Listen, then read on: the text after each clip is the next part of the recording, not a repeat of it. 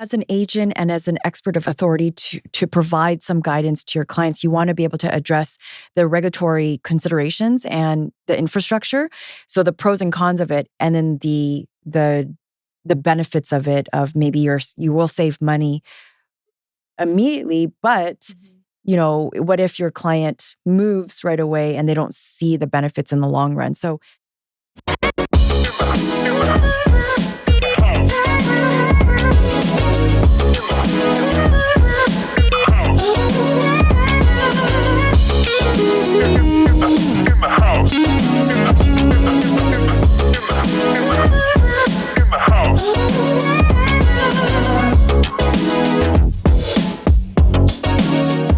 Hello, everyone. I'm Toni Singh. And I'm Jenny Woon. And today's topic is 5 cutting-edge technologies transforming modern homes, specifically in real estate.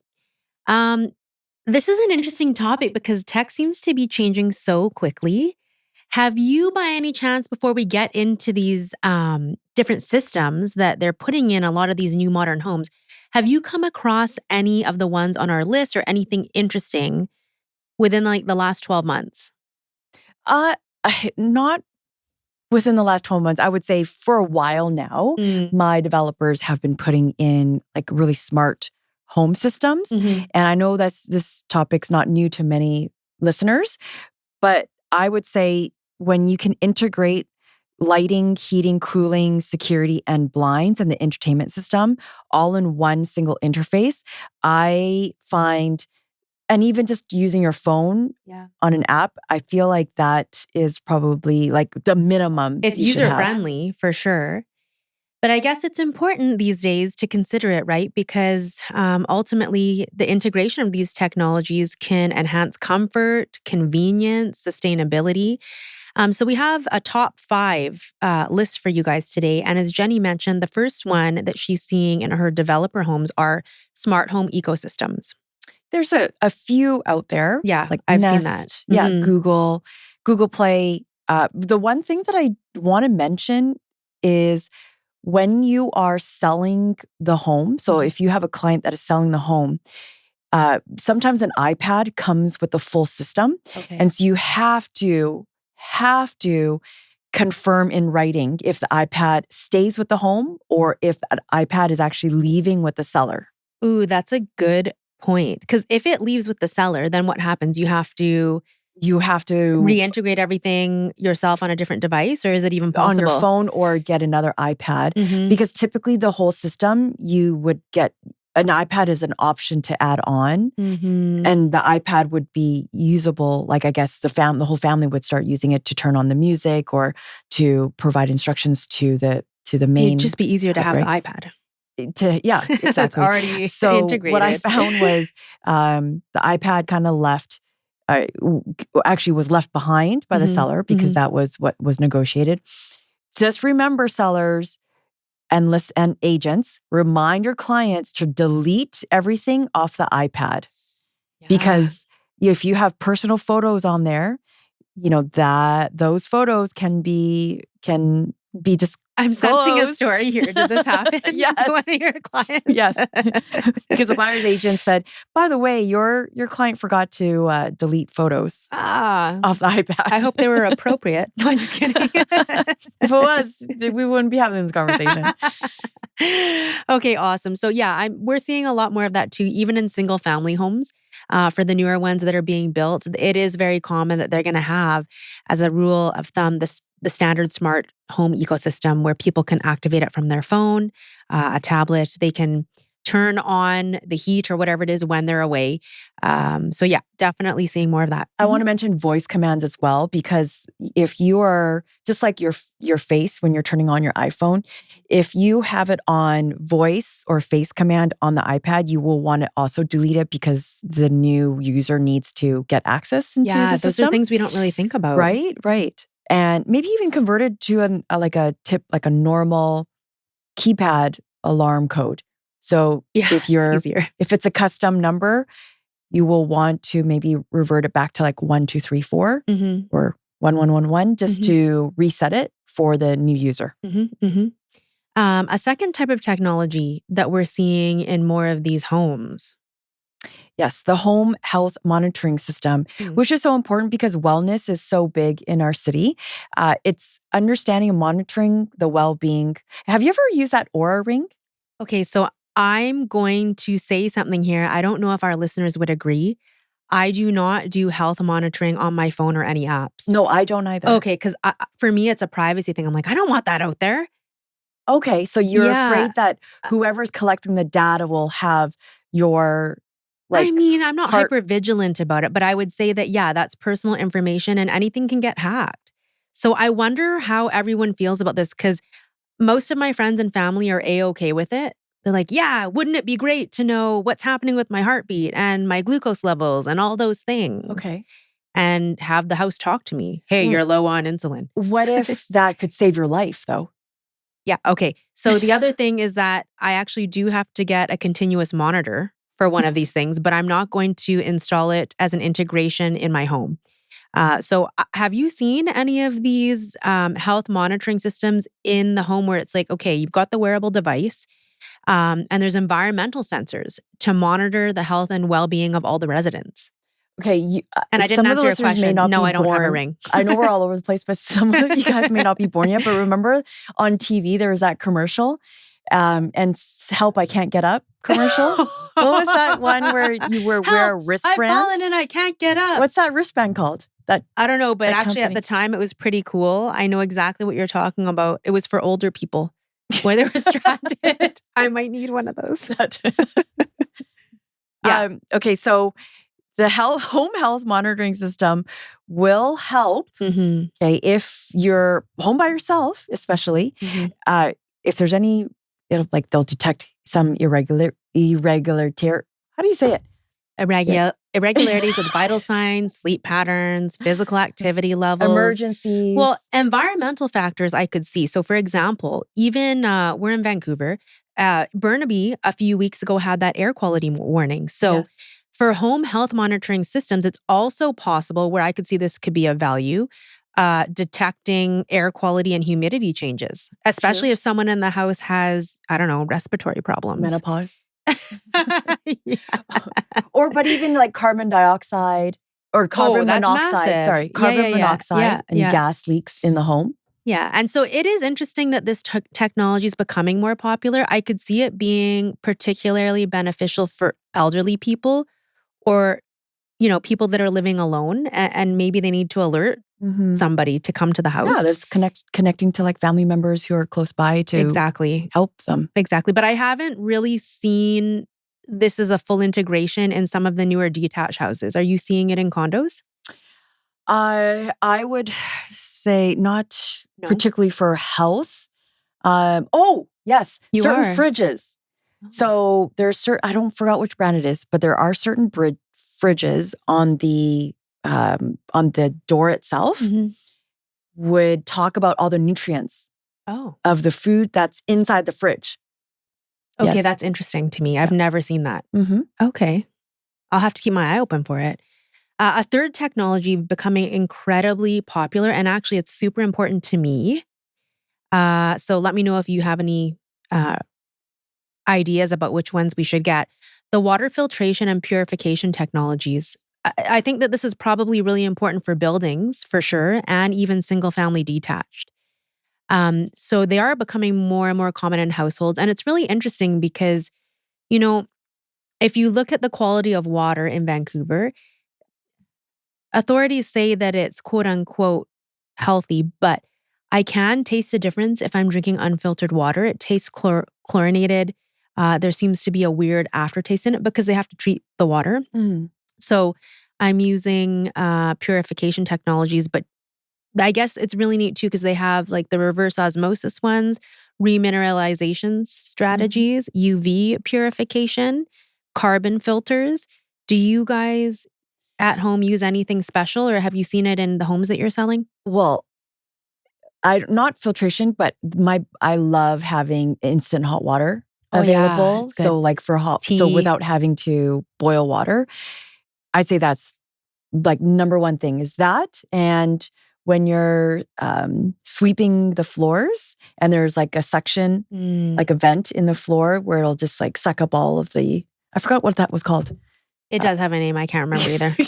So- We're tired today. It's the end of the day. So here's another thing. I just have a Berkey. Oh yeah. Okay. Yeah. So, but the Berkey it's not cold or it's not hot. It's just sitting on the counter, and but it's massive. That thing is like massive. And do you find that it helps your wellness and your ease and flow?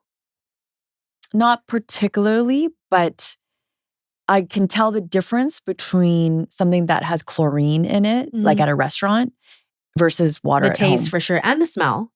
The smell too. Yeah. Okay, so I recently got something. We don't know if it really works yet, but actually, listeners, I'm looking for something specific. Do you know of any technology for a single family home that you can put at the main water source going into the property, and then it actually filters and restructures the water at that entry point so that all of the water in the home is properly filtered and structured?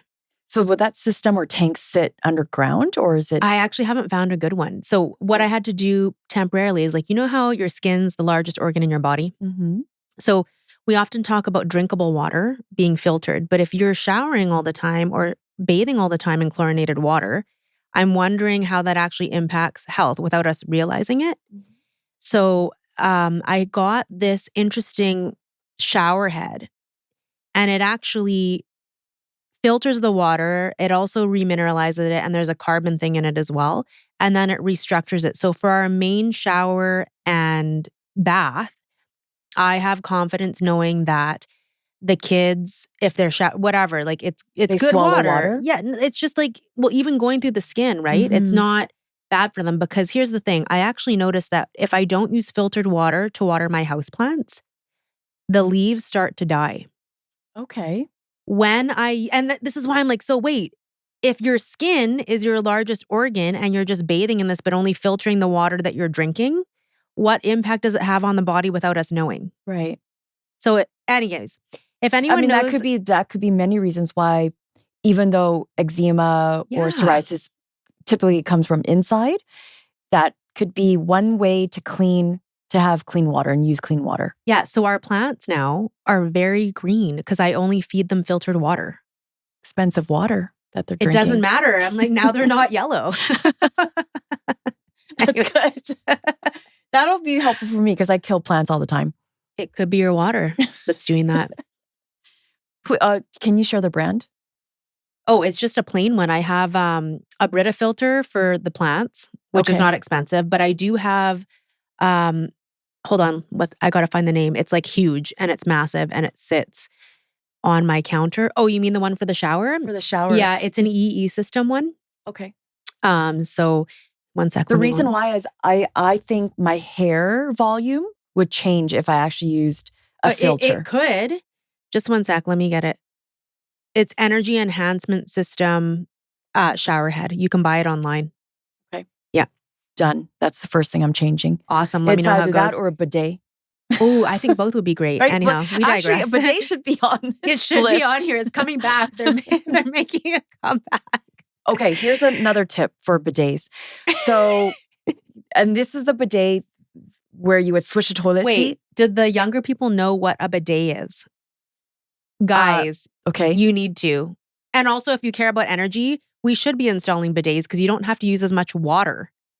It cleans your butt. You still would shower at the end of the day. No, but do you know what I'm saying? It's very common in Europe for them to have them. Like, yeah, but bidets still, are common. Before you go and get into bed, shower. Yeah, okay. What were you going to say about I was your going to say, so we just did a deal and our agents forgot to leave out the bidet? Yeah, so the toilet came with a bidet and it was in the photos and it was installed during the showings. But then the seller took it with them. Wow. The seller took it with them and changed it back to the original toilet seat. But it wasn't put in the contract that the bidet came with the home. So for me, I think it should have stayed with the home when you turned it over, took possession, even though it's a additional decor feature on the toilet. If you didn't want it included as part of the purchase price, then you would actually write in exclusive of the toilet seat, of the bidet, because you're going to take it with you. So I agree with you. If I was the seller, I would have just left it. But contractually, that's why you have to list everything. Fixtures, chattels, everything. Yes. I do believe during negotiations, it would have been fine if the seller took it with them. But because there was an expectation after possession, then they were nitpicking on what was supposed to stay and what wasn't supposed to stay. The seller took it with them. It's no longer there. And I don't know exactly what happened and how they resolved it. How much do they cost these days? I would say somewhere between, like, something maybe simple would be like $150, $120. It's annoying though. I get that. Or if you want something that sings to you, like $500. They have some really like expensive ones. I'd just buy one. Okay, wait, let's go into Do you have one? I don't, but I would love one. Yeah. You know why? Because these are multi-purpose. Anyone that has kids, you can also wash their feet in there without like having them completely in the shower and in the bath. Wash their feet in the toilet. Okay. No, it's not a toilet. It's a bidet. No. But I'm talking about one. It's not a separate. Oh, okay. Separate Sorry, tank. I'm still thinking separate bidet. Right. It's some people don't have room like you. Okay. Okay, then. The ones that you take off the toilet seat and you put in a new toilet seat that features the air I and think that probably the water stream and and the radio station. Like the Japanese ones are really interesting too. Yeah, Fugo knows. Fugo's nodding in the background. Okay, next tech for new modern homes. Okay, home automation. And AI assistants. Oh my goodness. What age are we going into? The Jetsons? Do you guys remember the Jetsons? No, these listeners don't. They're know too young. Jetsons. Okay, artificial intelligence. What do we want to say about this? Okay, so it's almost like the VRF system that I have in my home. The system can tell when the air temperature is not regulated. So it'll automatically adjust on its own. So I'm just curious though, does it say anything like, Jenny, it doesn't talk to me. Okay. When I think of home AI, I think of it speaking to me kind of like in Iron Man, you know, how he's got that AI and he tells him everything. I would love that actually. I would probably like that. So essentially, it's kind of reading your habits and reading your preferences, right? Yeah. So one example would be a mirror that's talking to you in your bathroom. And so they know that you're always getting up at 6, 7 o'clock in the morning and you like to listen to the news. Yeah. You know what I would really like? I thought this in a visualization years ago before AI was a thing. I would love it if my home one day when it's my normal wake up time, the curtains just automatically and electronically raise themselves up in line with when the sun rises. That would be great. Ooh. That would be great. Yeah, and every day would change at the times. It would, but do you know what I mean? That would just be wonderful because I don't like waking up to an alarm. I find it annoying, even if you set the really kind tones, but the light naturally wakes you up. So if you go to Home Depot, I know this is not natural light, but the light bulbs like on your ceiling, if you go to, I forgot what it's called, but it will gradually turn on and get brighter. That's right. That's actually very smart. Right. Look at all these based tech on things. the time. Okay. That you want. So we only have one more for today. Not to cut it short, but we're just doing a quick, fun episode. High-tech building materials. An example of this. So I guess, the intention of this is to, innovation, to having building materials that are more sustainable, durable, and energy efficient. An example of this, which is incredible. I don't know if you've seen this, but self-healing concrete that repairs its own cracks. Right. Because within a year, it will soften, it'll sink. And so concrete that's expands and expandable, contracts. right? Because of our weather, especially. Yeah, that's actually incredible to me. So I've seen this only in artwork. I've never seen it in an actual home yet. Have you? Not in concrete, but I have seen it in windows. Yes, and that's something as well in terms of window technology that they're starting to bring forward. It's becoming more and more popular. Yeah, there was one window or one unit I was selling where the window was facing like a high traffic area. So you can actually, with a touch of a button on the wall, the entire window had a film. Oh yeah, that's cool. Right? And you can also target it to match with the lighting in the outside. And then on the inside, you can still look out. Okay, so it's like a privacy screen. It's a privacy screen, yes. But from the outside, you cannot look in. And then you can, another button as well, you can just completely have it very like a normal window where you can see through both ways. Yeah, no, I've seen that actually. It's really interesting. And then I know that it's debatable right now. Maybe the tech will improve for solar panels, but I have seen that going in some of the newer homes. Yeah. It's funny. We actually have old solar panels, it was common way back in the day, but a house that we have on the island that was built in the 70s, it has solar panels. Okay. And I feel like I'm seeing that technology come back, but they're probably trying to improve it. I think there's a couple of reasons why you don't see it too much in Vancouver is that we don't get a lot of daylight. Yeah, absolutely. And so the amount of compensation that you don't get that much. Where you actually have to use electricity for light may not overcome the cost of installing those solar panels.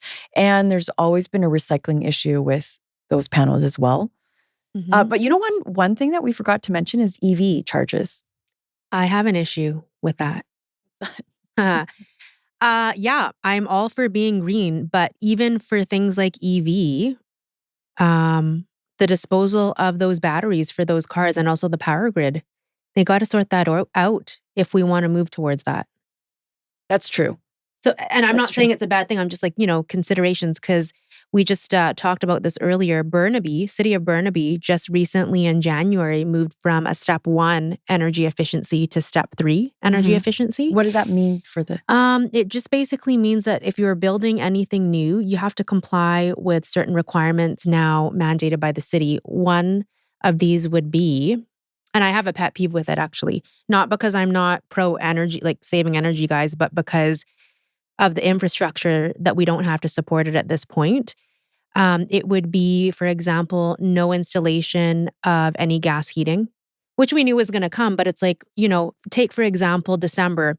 We had some of the coldest days in December this past year. A lot of people's pipes froze. So if you're going to mandate that for all new builds, it has to be an electric boiler, for example, right? But the electricity stops or something happens with the power grid, you can't heat the house. So I don't know if that's all that well thought out. Again, if the infrastructure could support it, okay. But yeah, interesting. Anyways, we segued. What we want to say, though, is that these advancements reflect a broader trend towards creating homes, that are not only connected, but also convenient and hopefully healthier and more sustainable. And probably as technology continues to evolve, we'll likely see more innovative solutions designed to improve the way that we live, which ultimately impacts buying decisions for real estate. Yeah, and as an agent and as an expert of authority to provide some guidance to your client and on their specific needs and circumstances at that moment as a homeowner, and how it also contributes to the community as well. Yeah. For sure. So thank you so much for listening on designing a better way to live New technologies. Around. Who knew that we would actually talk about this topic? I know, right? It'll be interesting to see what happens in the next couple of years, though. Maybe it'll be commonplace if they're improving all of these things. Yeah, especially with you, you're going to be renovating and also building a laneway home. Yeah, I can tell you already from the increase of step 1 to step 3, it's more expensive. Right. It's more talking expensive about thousands of dollars. Yeah. Anyways, let us know what you guys are seeing out there. Even if you're not from the greater Vancouver area and you're in a different marketplace entirely, we would love to connect. Let us know what tech you're seeing going into these modern homes. Or what you would like to see. Exactly. Thanks for tuning in. Thanks.